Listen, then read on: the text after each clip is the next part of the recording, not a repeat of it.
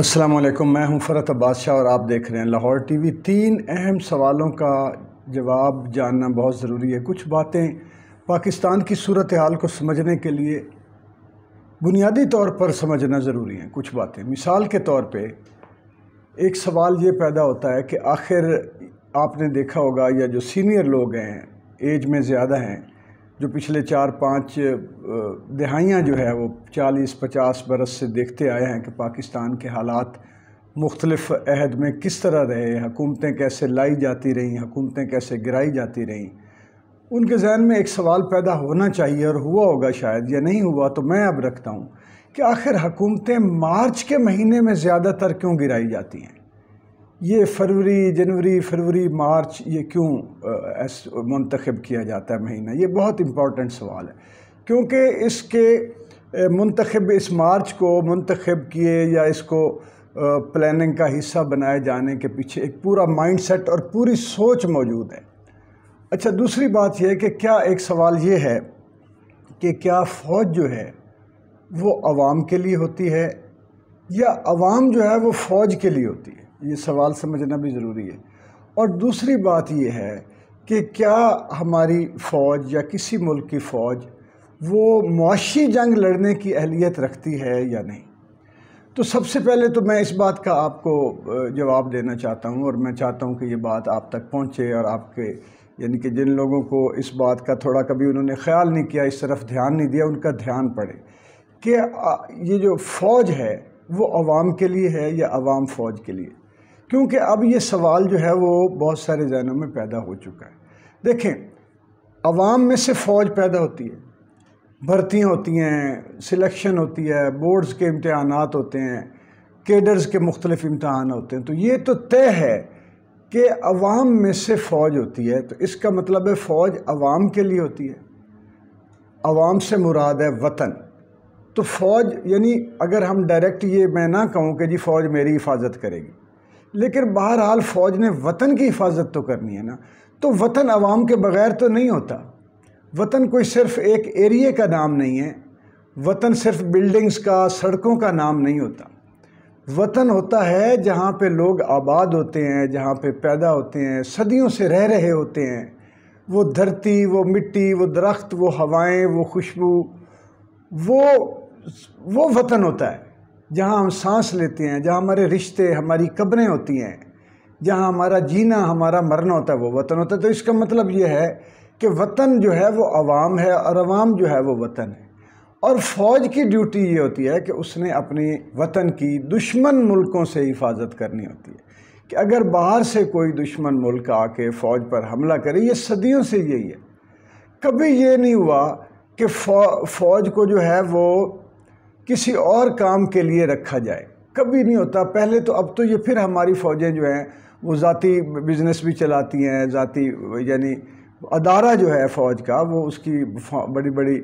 یہ فاؤنڈیشنز وغیرہ ہیں، وہ فوجی فاؤنڈیشن ہے اور کام ہیں۔ اور ویسے اگرچہ اس کے خلاف بولا جاتا ہے، لیکن میں ذاتی طور پر یہ سمجھتا ہوں کہ اگر کوئی ادارہ خود کفیل ہونے کے لیے اپنے ادارے کے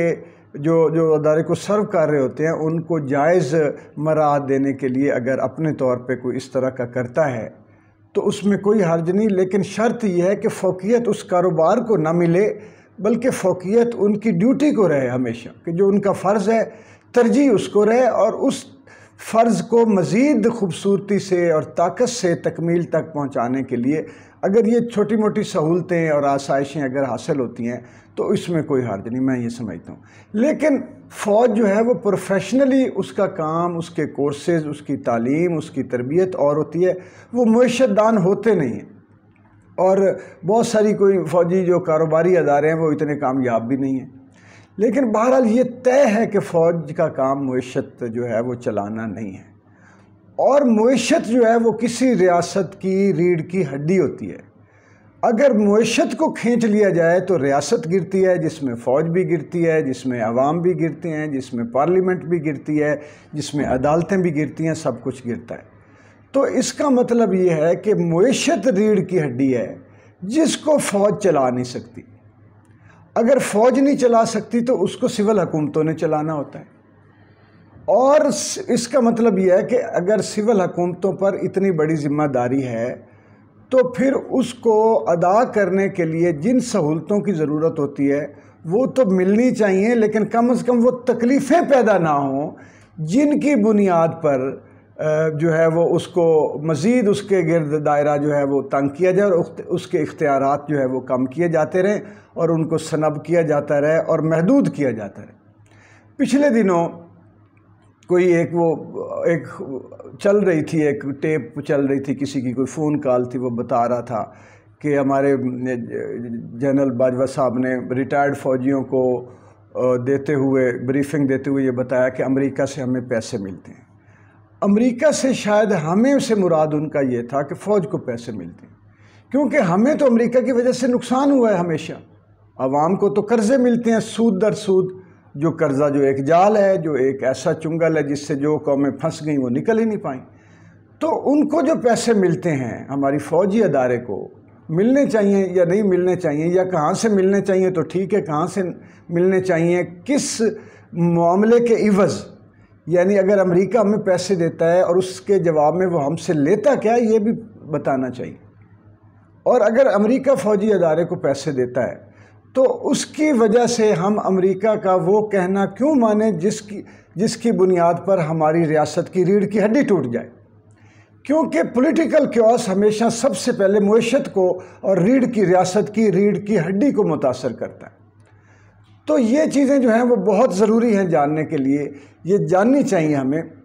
اور آخر پہ میں آپ کو یہ بھی بتاتا جاؤں، میں یہ وہ موضوعات ہیں جن پر ایک گھنٹوں لمبی جو ہے وہ ویڈیوز درکار ہیں، لیکن مختصراً میں آپ کو بتا رہا ہوں کہ معیشت دان نہیں ہوتی فوج، وہ فوج جو ہے وہ جنگجو ہوتی ہے، ماہر حرب و ضرب ہوتی ہے اور اس کو ہونا بھی چاہیے، اور معیشت دان ہونا اس کا ضروری بھی نہیں، لیکن اگر نہیں تو پھر معاشی فیصلے فوج کو نہیں کرنے چاہیے، یا فوج کے ان فیصلوں یا اس ایسی جگہ پہ بظاہر نیوٹرل ہو جانے کہ عمل کی وجہ سے اگر ریاست کو معاشی نقصان پہنچے تو پھر اس کا مطلب یہ ہے کہ فوج غلطی کر رہی ہے، یا فوج کی جو قیادت ہے وہ غلطی کر رہی ہے، یا اسٹیبلشمنٹ غلطی کر رہی ہے۔ چلو ہم سیف جو ہے وہ ورڈ یوز کر لیتے ہیں، کیونکہ یہ پاکستان کو بچانے کی میں ڈسکشن کرتا ہوں ہمیشہ۔ میں وہ شاعر ہوں جو میرا ایمان ہے کہ فوج سلامت تو وطن سلامت،